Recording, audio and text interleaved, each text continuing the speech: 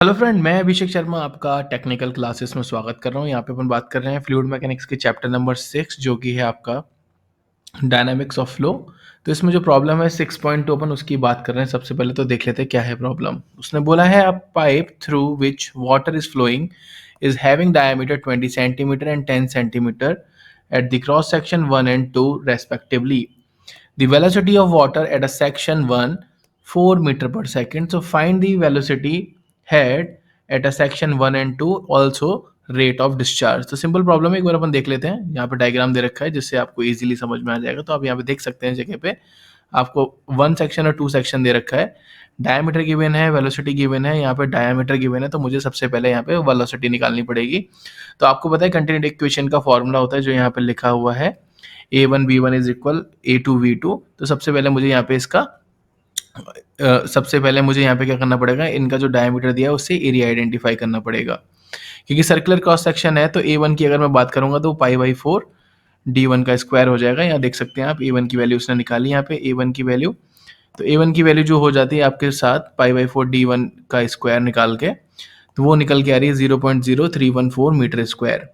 Same time पे इस and पे वेलोसिटी मुझे दे रखी है 4 मीटर पर सेकेंड, अदर एंड पे डायमीटर 0.1 मीटर है। तो यहाँ से भी मैंने उसका एरिया आइडेंटिफाई कर लिया। क्योंकि सबसे पहले मैं निकाल लेता हूँ क्योंकि कंटिन्यूटी इक्वेशन मुझे पता है A1 V1 is equal A2 V2। तो यहाँ से मैंने V2 की वैल्यू आइडेंटिफाई कर ली क्योंकि A1 पता है, A2 पता है, V1 पता है। तो यहाँ से मेरी वैल्यू निकल के आ गई 16 मीटर पर सेकेंड। क्वेश्चन में उसने मुझसे एक और चीज़ पूछी थी जो था velocity head. So velocity head आपको पहले भी पता है, लास्ट वाली प्रॉब्लम के अंदर अपन ऑलरेडी सॉल्व कर चुके हैं उसको। ये वेलोसिटी हेड की वैल्यू होती है आपकी v²/2g। अगर फर्स्ट पे निकालना है तो v1 स्क्वायर हो जाएगा, 2 पे निकालना है तो v2 का स्क्वायर हो जाएगा ओवर 2g। तो यहाँ पे उन्होंने यहाँ पे आइडेंटिफाई किया है, आप यहाँ देख सकते हैं v1² / 2g। वैल्यू पुट कर दिया मैंने यहाँ पे इस जगह पे, और वैल्यू पुट करने के बाद जो मेरी वैल्यू आ रही है निकल के हेड की 0.815 मीटर, क्योंकि हेड है। सेम टाइम पे आप बात करेंगे, नोटिस करेंगे यहाँ पे कि सेकेंड एंड पे कितना वेलोसिटी हेड है, वो है v2²/2g। तो वैल्यू हो जाती है, मेरे को पता है इसकी वैल्यू 16 निकली थी, तो 16 का स्क्वायर ओवर 2 इंटू 9.81। तो वैल्यू निकल के आती है यहाँ पे हेड की 83.047 मीटर।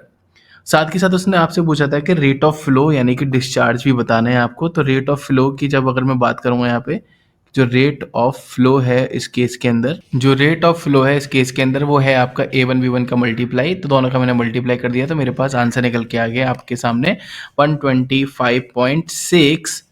इसको अगर मैं चेंज कर रहा हूँ क्योंकि इसको ऑलरेडी मैं यहाँ पे लीटर पर सेकंड में ले लिया है मैंने यहाँ पे, चूँकि वैल्यू निकली थी मेरे पास 0.1256 मीटर क्यूब पर सेकंड। अगर मैं इसके अंदर आपका 1000 का मल्टीप्लाई कर दूंगा तो जो वैल्यू होगी मेरी वो लीटर में चेंज हो जाएगी। तो इसलिए यहाँ पे वैल्यू निकल के आ रही है 125.6 लीटर पर सेकंड। तो सिंपल प्रॉब्लम है।